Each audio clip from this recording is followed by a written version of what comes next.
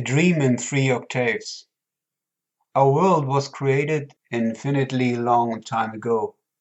A female creative force dreamed a wonderful dream. She dreamed herself as matter, which slowly took on a compact form.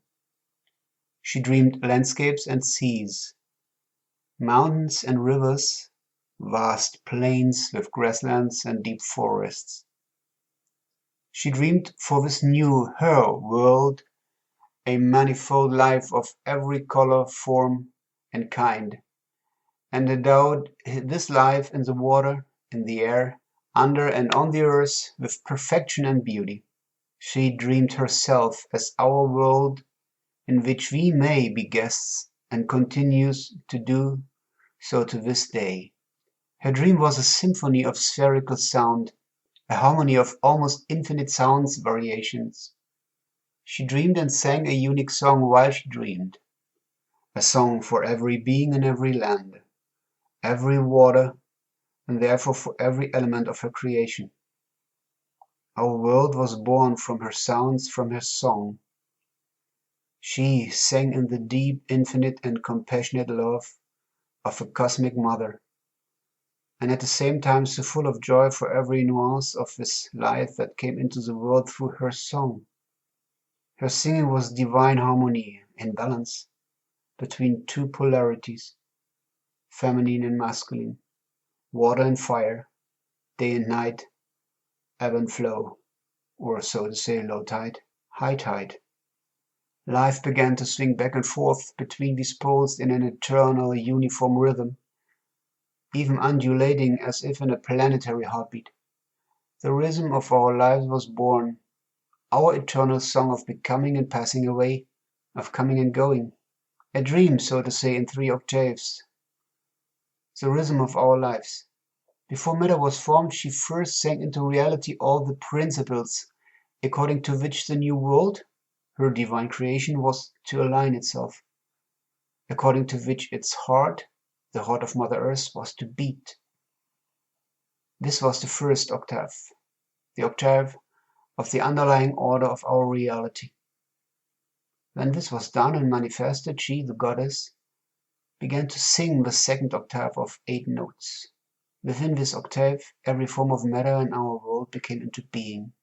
Everything, animate and inanimate, the minerals, the plants, the animals, the whole cycle of life was set in motion for the first time. The wheel of life was set in motion. The transformation from the already created subtle matter into every physical form was completed by her. She sang the light and warmth for our world into existence. She let the sun shine for the first time, and then looked at her work full of love and admiration. What a joy, what a beauty, what a perfectly harmonious creation. One thing was still missing, the conscious life according to the model of the Divine Trinity, Forefather, Foremother, and the first child. So she began to sing the 3rd octave, and her song brought us human children from the blueprint of the anthropos into the heaviness and at the same time into the beauty of the physicality of a 3-dimensional world. 3 octaves, 3 dimensions. With the creation of the divine human being, the work was completed and her song faded away. What a miracle had been created! From the higher spheres she sent for teachers for the still young humankind to equip them with all the knowledge and memories of her divine origin. Her wish was granted, and the wise teachers of the first days incarnated for our world, for us humans.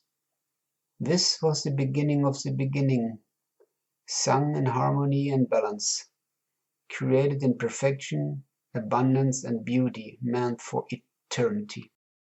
Endowed with the potential for highest unfoldment, expansion, and realization of the intention of the all-being spirit of Source, for an infinite experience of the possibilities of a physical world in love.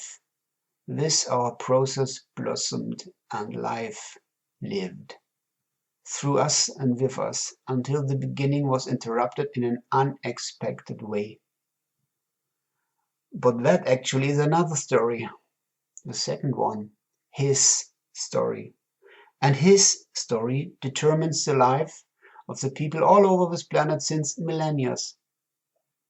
A foreign power took over, conquered first the minds and then the bodies of our kings and queens, and influenced them to get rid of the thought of love and compassion, and then rather to take on the thought of fear, greed, and separation. Our kings became insane, our queens were violated, and whole humankind fell into a kind of mind slavery never seen before. We fell asleep, we got lost, for hundreds and hundreds of years. We followed then, blind, the wrong prophets and the semi-godlike entities. Now, according to the qualities of the new time, this era come to an end, and we the people have the chance to liberate us and free us by ourselves, if we choose love and unity again instead of separation and fear. We have to decide for ourselves. No one, not even a Messiah or Savior, can do this for us. We will be free and receive a divine healing of the collective after ages of suppression if we decide to claim liberation and sovereignty. But we have to wake up and raise our voice. Let follow our words deeds of courage for our children. It is hard to realize truths, face it, and even harder take on the responsibility every one of us hold as a part of the global community. Once we slipped into a dilemma of unimagined proportions of our own free will. Now there is a unique opportunity to get free again if we claim to be free again. If we calling for our great mother, who once created everything in beauty and harmony, if we committing to serve her, we will be seen, and we will receive support of the highest light. It is up to us. Aho.